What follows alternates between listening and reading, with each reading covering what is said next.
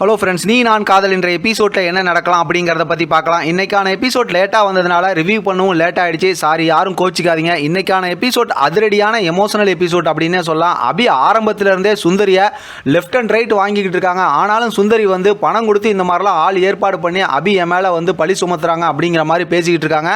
அபி வந்து அந்த ஃபோனில் இருக்க ஆதாரத்தெல்லாம் கொண்டு வந்து காட்டுறாங்க. அப்பையும் கூட சுந்தரி வந்து எல்லாத்திட்டையும் நியாயம் கேட்குறாங்க. பாருங்கள், வீட்டுக்குள்ளாரே ஃபோன் வச்சு வீடியோலாம் எடுக்கிறாங்க அப்படின்னா. ஆனால் அப்பப்போ பார்த்தா முரளி வந்து அப்படியே பயந்து நடுங்குறாங்க.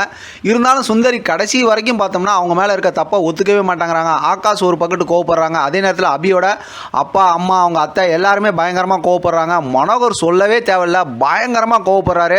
ராகவ் அப்படியே கொதிச்சு போய் அமைதியாக ஒரு ஓரத்தில் நிற்கிறாரு. ஒரு பக்கத்து பார்த்தோம் அப்படின்னாக்கா லட்சுமி பாட்டி இருக்காங்கல்ல, அவங்களும் பார்த்தோம்னா ரொம்பவுமே அதிர்ச்சி ஆகுறாங்க. அனுதான் பாவம் ஆரம்பத்திலேருந்து அப்படியே அழுதுகிட்டே இருக்காங்க. ஆகாஷும் பார்த்தோம் அப்படின்னா அப்பப்போ இந்த மாதிரிலாம் பண்ணியிருக்காங்களேன்னு சொல்லி அவங்க அம்மா மேலே கோவப்படுறாங்க. அபி ஒன் பை ஒன்னாக எல்லா உண்மைகளையும் வந்து ஆதாரத்தோட எல்லாம் ப்ரூவ் பண்ணிட்டு இருக்காங்க. ஒரு கட்டத்தில் பார்த்தோம் அப்படின்னாக்கா இப்போ வந்து அந்த அதாவது ஜோசியர் இருக்காங்கல்ல, அவங்களையும் வர சொல்லிடுறாங்க. 2 சாட்சி வராங்கன்னு சொல்லிட்டு. அப்புறம் வந்து ஒருத்தவங்க சாமி ஆடுற மாதிரி பண்ணாங்கல்ல, அவங்களையும் வர சொல்லிடுறாங்க.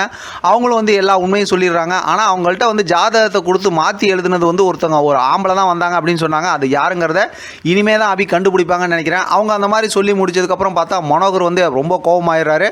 அபியோட அப்பாவும் ரொம்ப கோபமாக பேசுகிறாங்க. ஒரு கட்டத்தில் பார்த்தோம்னா அவங்கள அங்கேருந்து கிளம்ப சொல்லிடுறாங்க. இப்போ பார்த்தா சுந்தரி எனக்கு மயக்கம் வருது அப்படி இப்படிங்கிற மாதிரிலாம் நடிக்க ஆரம்பிக்கிறாங்க.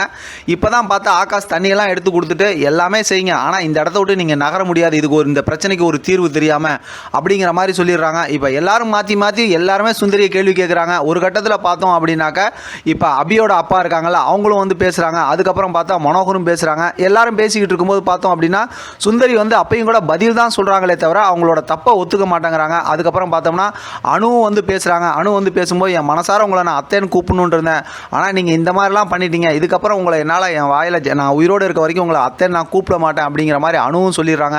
இதில் பெரிய ஹைலைட்டான விஷயம் என்னன்னு பார்த்தீங்கன்னா, இன்றைக்கி அப்படியே கண் கலங்க வச்ச விஷயம் என்னென்னா, இந்த பிரச்சனைக்கெல்லாம் காரணம் நான் தான் அப்படின்னு சொல்லி ஆகாஷ் வந்து அணுவோட காலிலே விழுந்துடுறாருங்க. அப்படியே கதறாரு மனுஷன்.